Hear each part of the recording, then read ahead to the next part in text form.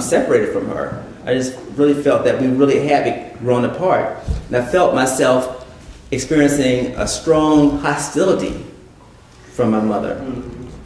And finally one day I said, this is not right. And I just felt like even within my nuclear family, I was getting this hostility and this attack. So I just called her. And I said, I don't know what's going on, but for some reason, I feel like you're being deliberately mean to me. And I'm 40 years old at the time, and I feel like I need to have an adult conversation with my mother. And she told me, she said, well, listen, when I got divorced from your dad, I kept my name, and here you are changing your name, and you're leaving us behind, acting like you don't love us anymore. And we had a long conversation that my name was a name, it wasn't my personhood. Yeah. And I think when you go through this transition in the black church, where you're kind of putting a little wedge between you and your past identity, you can find yourself subject to the same type of hostility and suspicion. And I think it takes a big move, as many of you all probably have made in your own lives, to go from, here I am, Xolani Kacela, or Frank Chester, to Lloyd, to Kalani, to minister in Methodist Church, to Unitarian minister, constantly kind of let myself evolve. In each stage of the way, I can anticipate that there's going to be some raised eyebrow about who I am, who I become, and what I'm doing. One of my workout buddy and I have been working out for several years, and we met in the church, in the Methodist church, and one of my really good friends who's still a minister in that church, he sees my buddy Jeff, and he often asks, how I'm doing.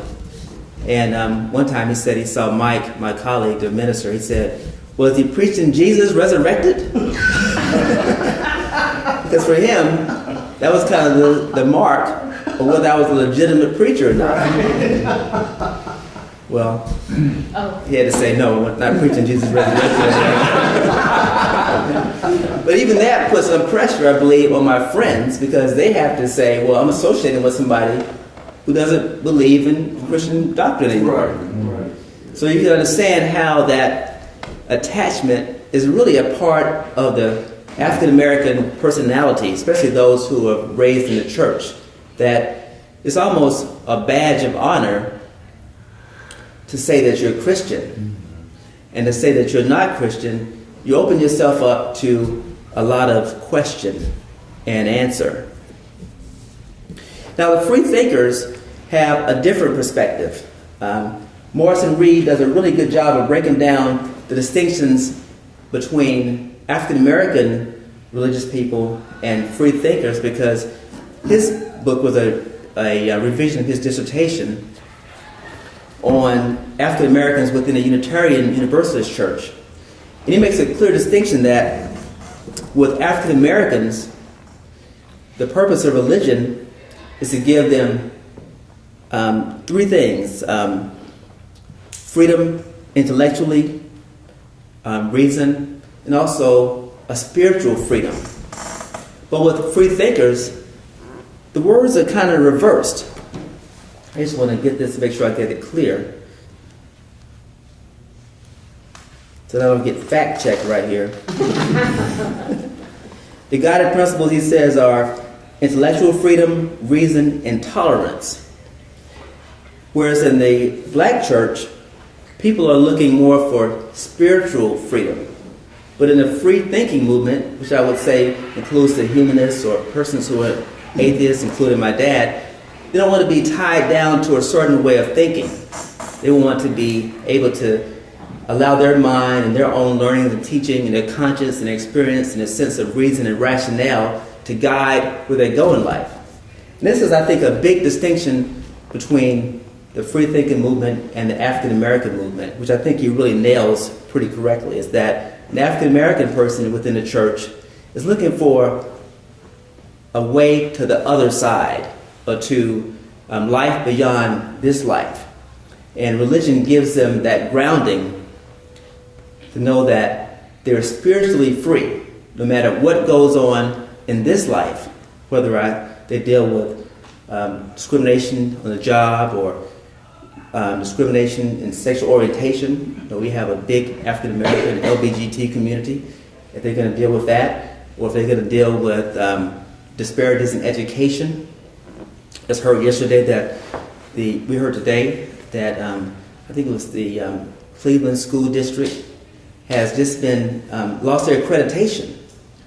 How do you deal with that situation if you had your kids in a school district that has been unaccredited? And it's largely going to be an African American base of students. How do you deal with those disparities in the Houston School District or the Dallas School District, where religion gives you a way to say, I can deal with these real, everyday disparities that it seems like those who are in power don't really care about, or maybe they pay lip service to. So when you begin to make the connection between African Americans and free thinkers or humanists, you know that there's a big gap there. So someone told me yesterday, he said that if we're going to expect African Americans to make the bridge from humanism, from religion to humanism, we have to find a way to replace that sense of hope with something that they can latch on to. Morrison Reed says that the big problem is that humanism has a lack of imagery that people can identify with. So you find that imagery in the Old Testament, for example, the story of the Israelites who were stuck in the desert in Egypt trying to get to the promised land. That's something that's very tangible. We can all imagine what it's like to be out in some arid climate, an environment where there's no food, no water, and we're struggling. We're trying to get from here to there. But in the free thinking tradition, we deal with the intellect. And these don't always arouse passion within a person's heart and mind in order to feel like it gives them something to latch onto that they can find hope in. So I want to shift now to understanding how can we make this, bridge this gap between the humanists and those who are religious.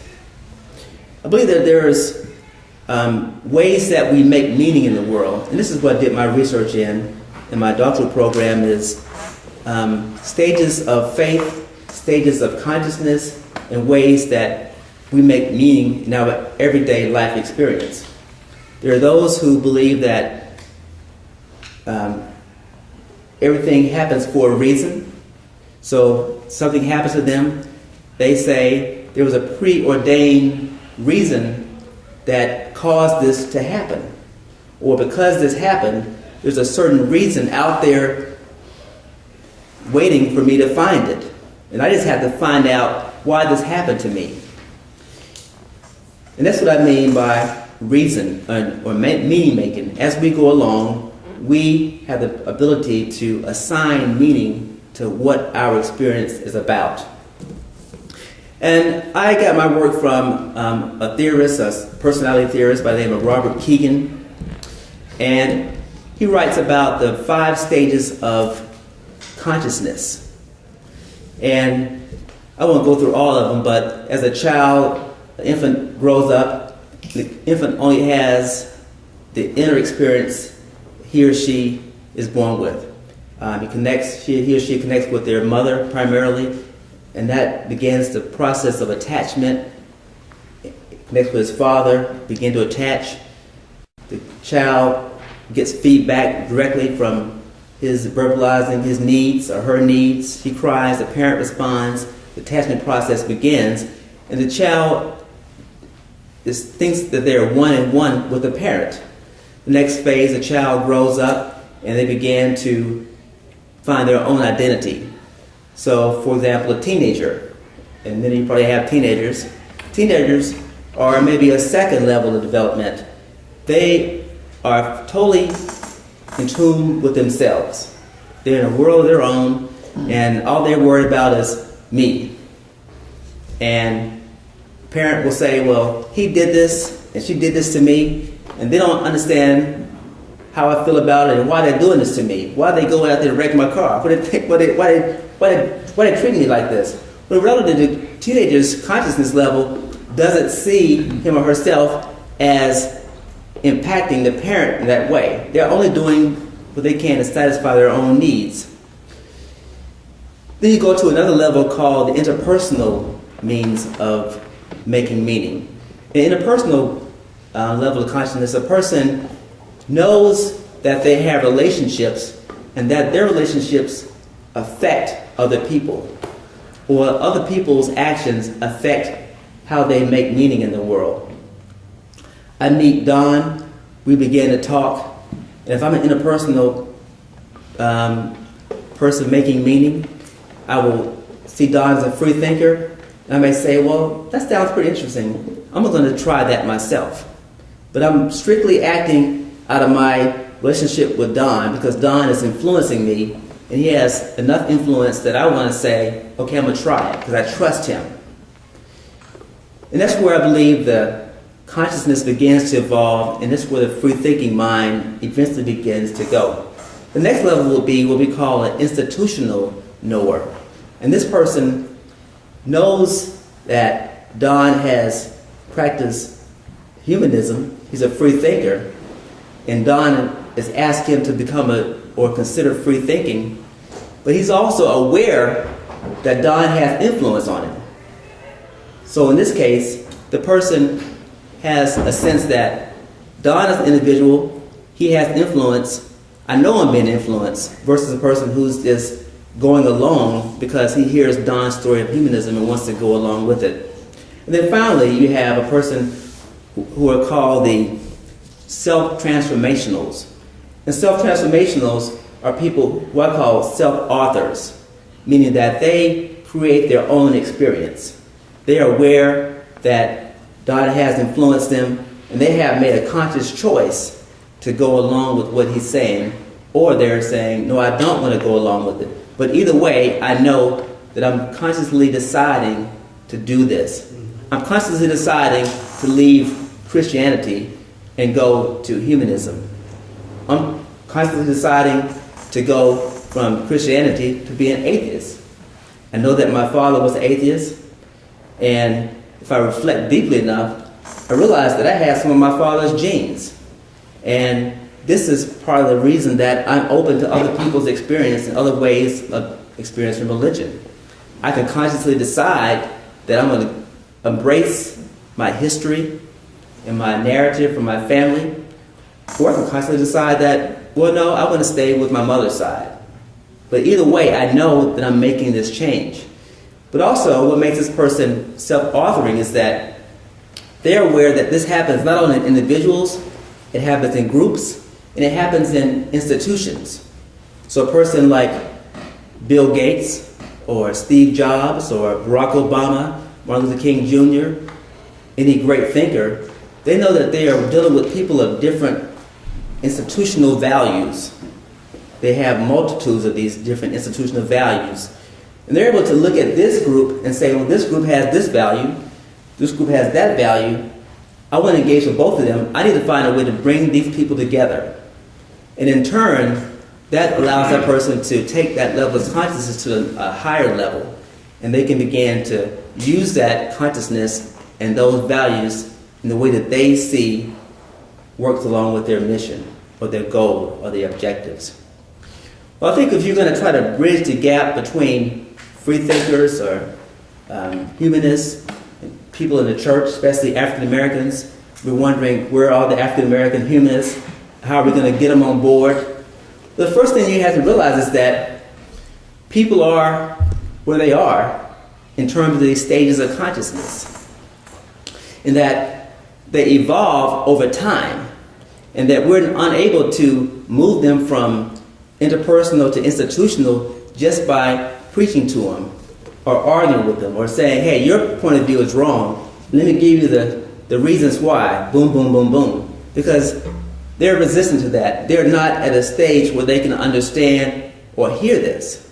So we have to realize that people are in this position. They are in possession of the capacity to evolve and change as they go through life.